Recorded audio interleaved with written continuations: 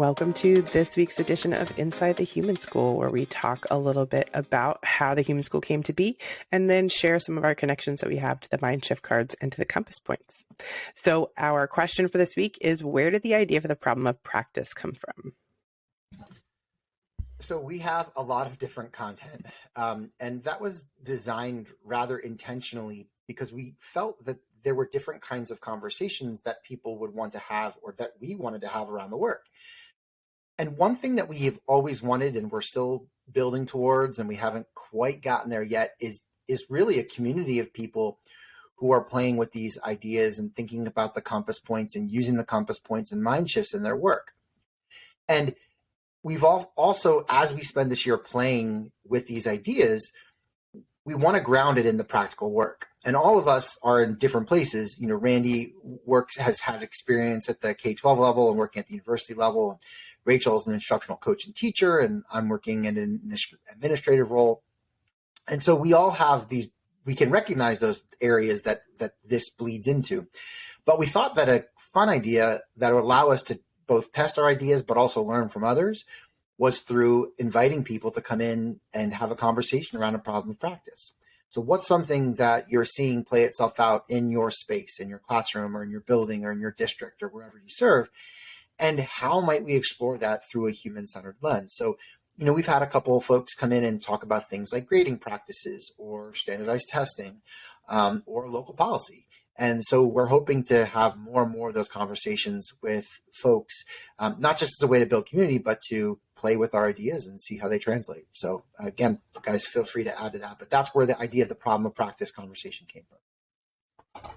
I think, like the title, problem of practice, that it's practical, that it's not just theoretical, that we're talking about these ways that you can think differently and just keeping it within our head, but actually like bringing it down to the ground.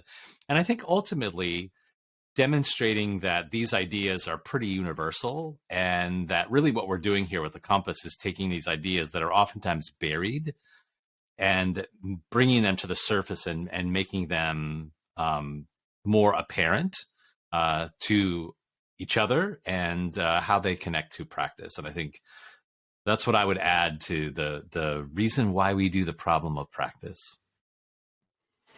And go ahead, Rachel.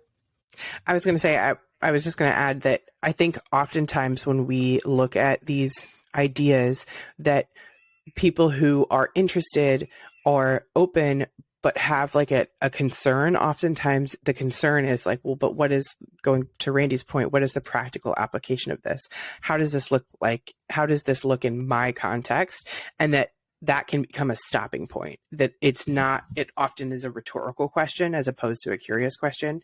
And so I think trying to have these conversations not only creates a repository for people who want to look at things through a more human-centered lens, and then can filter kind of some of our content and see a bunch of examples of it.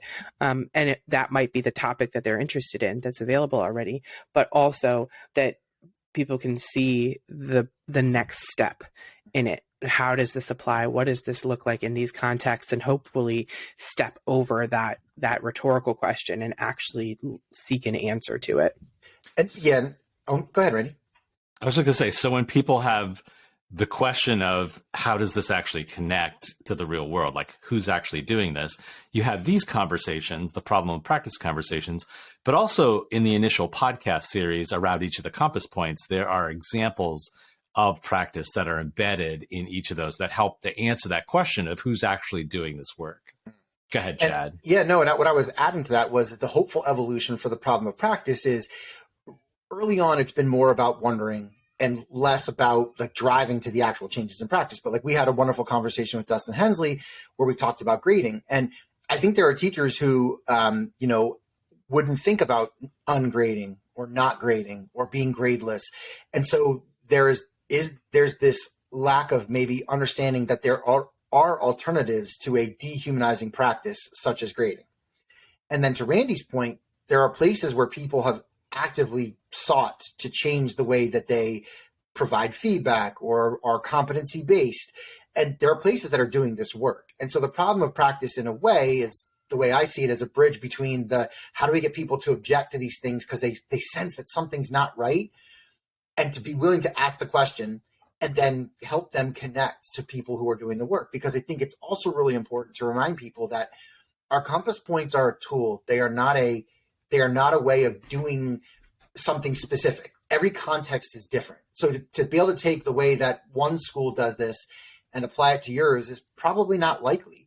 The goal is to give you a series of tools where you can design and iterate based on the learning you learn from other people for your own context. And I think that's also really important, is that people, when they come, they want answers. And I know it sounds weird to say that we're not interested in providing answers.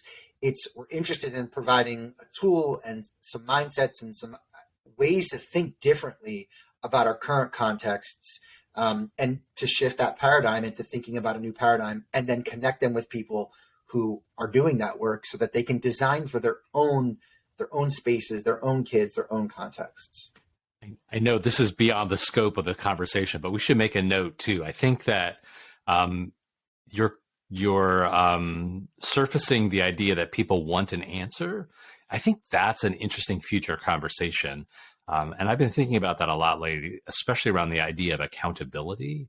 And so let's not talk about that here. That could be a teaser for anyone who's watching. But I think that's definitely a future conversation around how do we shift that mindset of give me the answer, and how that fits in with our current system and all that stuff too. But that, when you brought that up, that just reminded me we should talk about that sometime, but not now.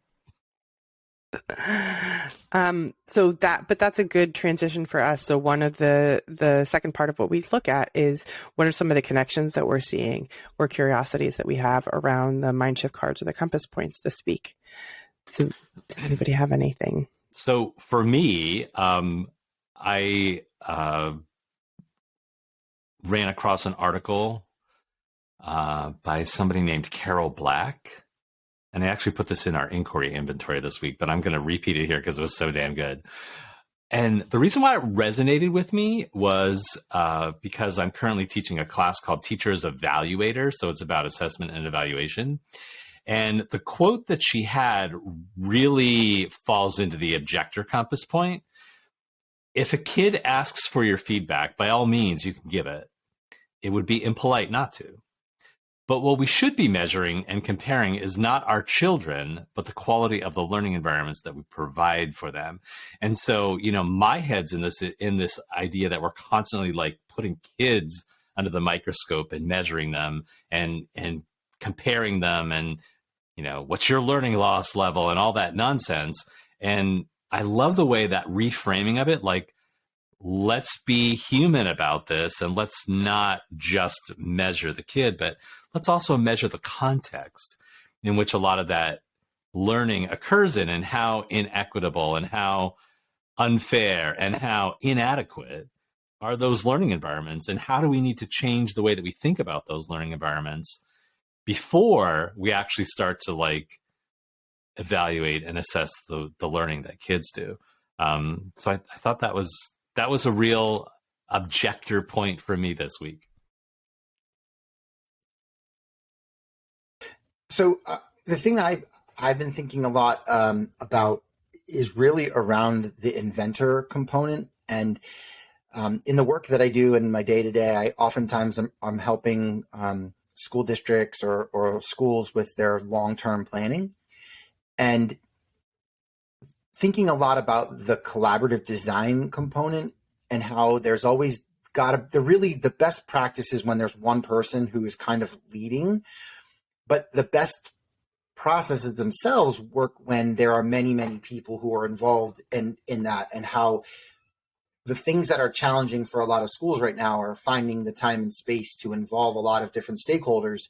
And it's not just a simple thing of invitation. It's the difference between involvement and engagement, and whether people really want to be engaged for a variety of reasons. So I work with a school who a lot of their parents are working multiple jobs, and there is a dangerous assumption that the parents don't want to be involved, not from the school, but I think from external people. And one of the conversations we have is that, is there a time of day that works better for a majority of our families, given that they're oftentimes working second and third shift jobs?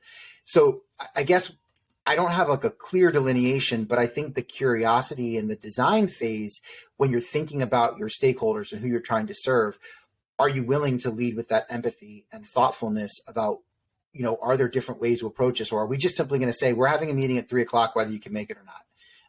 And I think that that's an important consideration, and that's just something I've been thinking about, is how do we serve all of our stakeholders? It's important to serve educators, right? I mean, they oftentimes, again, they have that insider expertise, but they ultimately are not the only people we're serving. And so how do we balance that? So I talked about this a few weeks back, but I'm transitioning back into the classroom next year. And so something that is just kind of on the edge of my head, and I'm now starting to kind of think about more realistically, is the work that I'm doing is going to be in a classroom with a scripted curriculum. And so what is the human-centered process for that? Where are the spaces that I can be a leader and take, take some leadership moments? Where are the spaces that I need to step back and be thoughtful about my colleagues or my job expectations, trying to kind of figure out what the guide rails and the guardrails are for it, but also sit within my values and try to make sure that the space that I do have to play, where can I reiterate that human-centered beacon or end point. So I don't, we don't have answers. I don't have an answer to that, but that's the thing that I keep thinking about this week. It'll be interesting to follow your journey and how you share that here. Yeah. Looking forward to that. Yeah. All right. Well, go ahead. I was just going to touch back on a point that Chad made about the best time to bring in parents and how do you bring them into the conversation. And I think one of the challenges one of the mind shifts that we have to have is that building community is not a transactional event. It's not a one-off kind of thing where we invite you, we go through our agenda. And I think the thing that's missing and the way that we need to shift our mindset is that we need to build that sense of belonging. We talk about being seen, heard, and valued. People don't show up, from my experience, and believe me, I've experienced that many, many times. People don't show up to those things because they don't feel like they belong. They don't know whether they're going to belong. And so how do we create the conditions and create those events in a way that we actually and I hate to keep saying the same phrase, but that we actually build community and create a sense that people belong? Because when they feel like they belong, then they'll want to show up. And you can see countless examples where that happens. You wouldn't expect people to show up for something, but they do. And why do they show up? Because what's under the surface there is that they actually feel like they belong. So how do we create the conditions? And that's tough to do that. And it's more than just a transactional, let's set up a meeting, let's invite 100 people, and let's watch nobody show up. Okay, well, that's very transactional. So how do we dig deeper and figure out ways that we design something that actually makes people feel like they belong to it? Just a thought. It's a good thought. All right. Thanks for joining us this week in Inside the Human School, where we work to continue to place humanity at the center of all design. Enjoy the conversation, guys. As You always. betcha. Bye. Take care. Bye-bye.